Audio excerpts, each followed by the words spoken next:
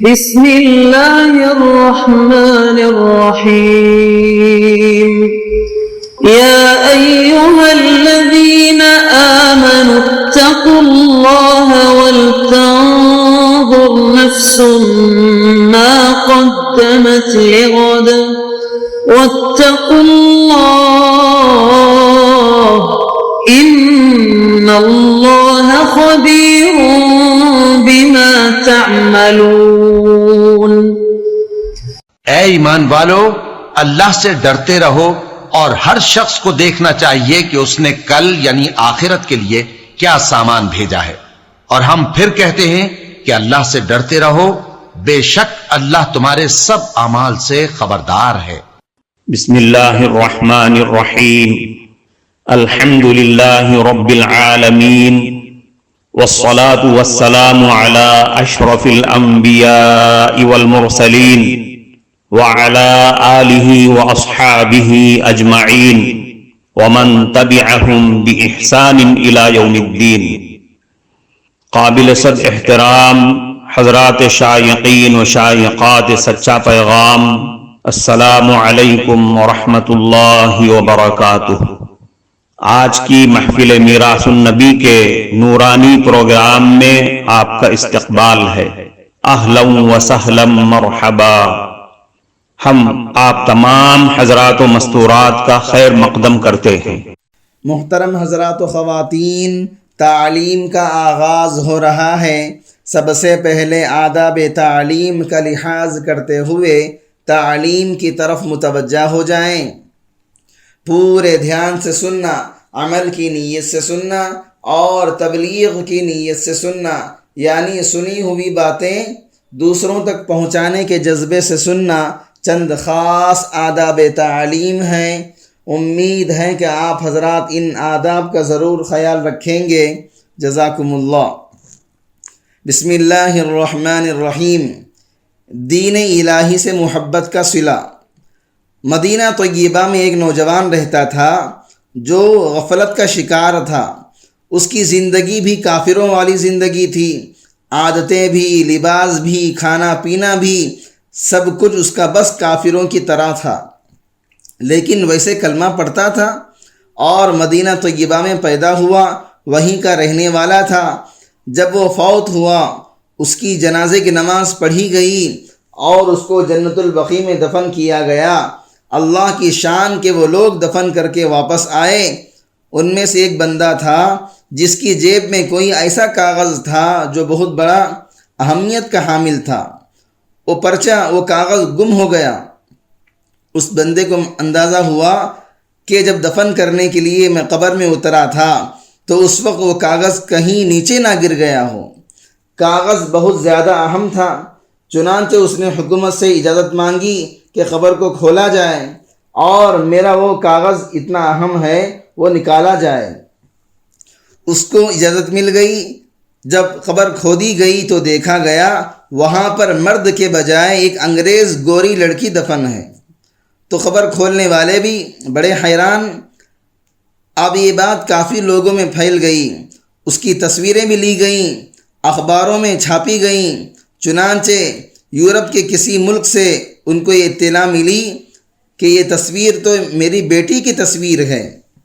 جب اس سے رابطہ کیا گیا، اس بندے سے جا کر ملے تو اس نے کہا اس کی بیٹی کی چند دن پہلے وفات ہو گئی اور ہم نے اسے عیسائیوں کے قبرستان میں دفن کر دیا۔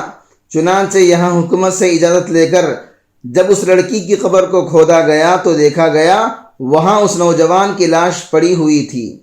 لوگ بڑے حیران ہوئے، یہ کیا معاملہ ہے؟ اس انگریز سے پوچھا گیا، آپ کچھ جانتے ہو یہ کیا معاملہ ہے؟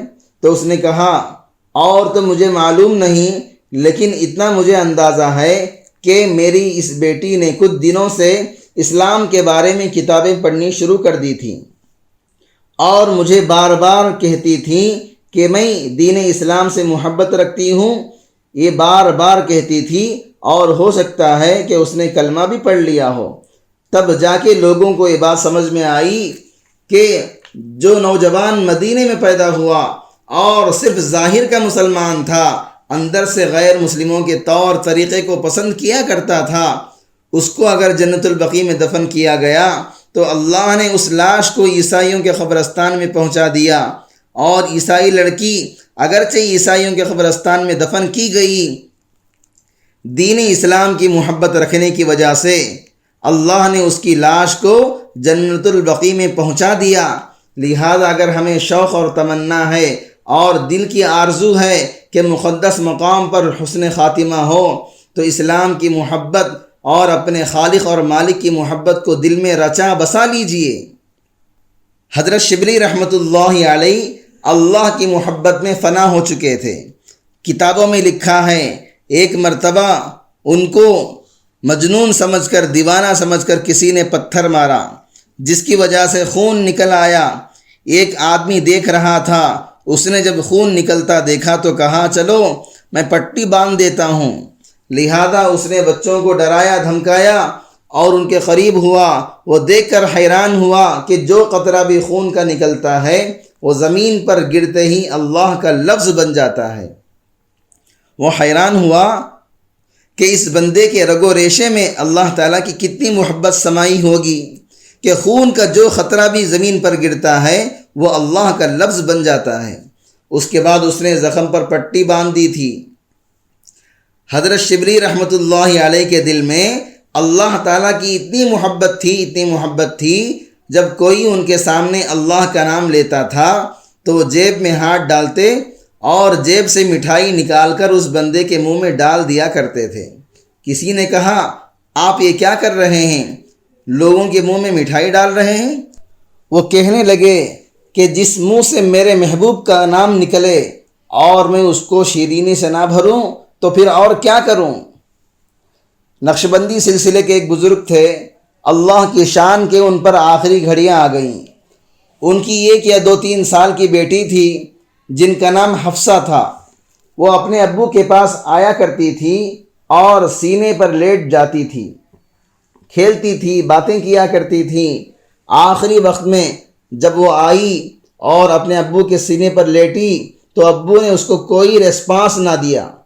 وہ بچی تھی، 1-2 دفعہ اس نے ابو کو متوجہ کرنے کی کوشش کی۔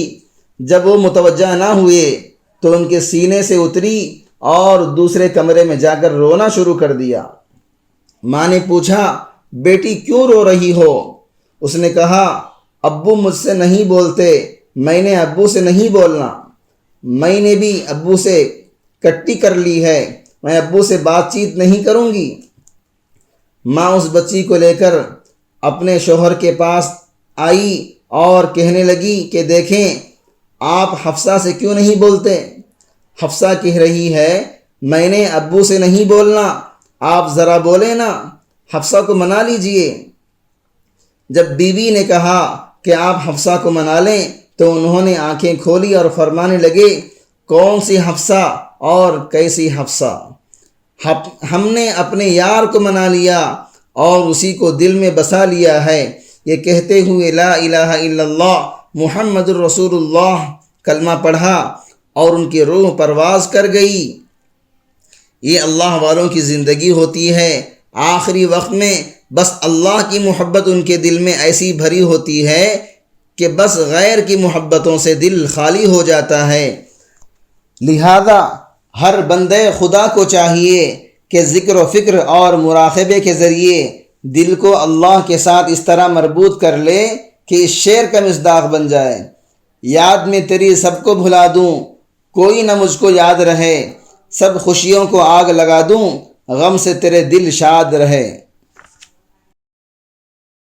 اس دینی اور ایمانی بیان کو سننے کے دوران ہی اس کو لائک کر دیجئے اور شیئر بھی کر دیجئے تاکہ دوسرے بھی اس سے فائدہ اٹھا سکیں۔ اللہ آپ کو جزائے خیر عطا فرمائے۔ حضرت یوسف علیہ السلام کے زمانے میں گندم کی کمی تھی، حکومت نے گندم یعنی گیہوں اسٹور کی ہوئی تھی اور دینے کے لیے حضرت یوسف علیہ السلام کا حکم چلتا تھا۔ انہوں نے کارندوں کو کہا ہوا تھا کہ اگر کوئی آئے تو اتنی قیمت لینا اور اس کے بدلے ہر بندے کو اتنی گندم دے دینا۔ ایک نوجوان آیا کہ گندم چاہیے، لوگوں نے دستور کے مطابق اس کو دے دیا۔ وہ کہنے لگا جی اور بھی چاہیے۔ انہوں نے کہا بھائی ہم تو ایک قانون کے مطابق دیتے ہیں، تجھے اگر زیادہ چاہیے تو پھر حضرت یوسف علیہ السلام کے پاس جا، ان کے اختیار میں ہے، وہ جس کو چاہے جتنا دے دے۔ وہ نوجوان حضرت یوسف علیہ السلام کے پاس آیا، حضرت مجھے اور بھی گندم چاہیے۔ انہوں نے دلوا دیا۔ وہ کہنے لگا حضرت مجھے اور بھی چاہیے۔ حضرت نے کہا او خدا کے بندے، اتنی گندم انہوں نے بھی دی اور اتنی گندم میں نے دلوائی، اور بھی مانگتا ہے، تیرا جی نہیں بھرتا؟ اس نے کہا حضرت آپ کو پتہ چل جائے کہ میں کون ہوں تو آپ مجھے اور بھی زیادہ دیں گے۔ جب اس نے یہ الفاظ کہے تو حضرت یوسف علیہ السلام متوجہ ہوئے اور پوچھا تو کون ہے؟ اس نے کہا حضرت جب زلیخا نے آپ پر بہتان باندھا تھا تو جس چھوٹے بچے نے آپ کی پاک دامنی کی گواہی دی تھی وہ چھوٹا بچہ میں ہی ہوں، اب بڑا ہو کر جوان ہو گیا ہوں۔ حضرت نے جب یہ بات سنا تو اتنا پیار آیا، اس بچے کو سینے سے لگایا اور اس کو گندم بھی دلوائی اور انعام بھی دلوایا، بلکہ لوگوں کو کہا کہ اس کو گھر پہنچا کے آؤ۔ جب لوگ اس کو گھر پہنچانے کے لیے گئے، اللہ تعالیٰ نے یوسف علیہ السلام پر وحی نازل فرمائی، اے میرے پیارے پیغمبر، آپ نے اس نوجوان کا بڑا ہی اکرام کیا۔ تو حضرت یوسف علیہ السلام نے عرض کی اے اللہ، یہ وہ نوجوان ہے جس نے میری پاک دامنی کی گواہی دی تھی، آج یہ جب میرے سامنے آیا تو میرا جی چاہا کہ میں اتنا دوں جتنا میں دے سکتا ہوں۔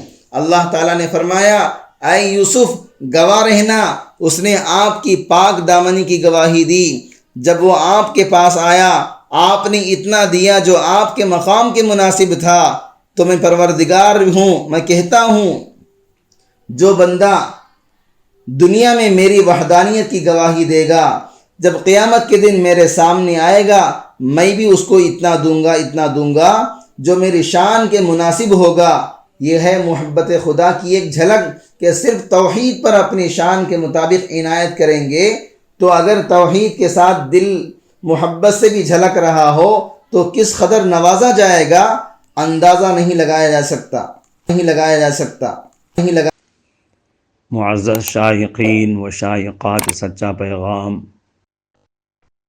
آپ کو اندازہ لگ گیا ہوگا کہ یہ مضمون کتنا اہم ہے اور کس قدر فائدہ مند ہے۔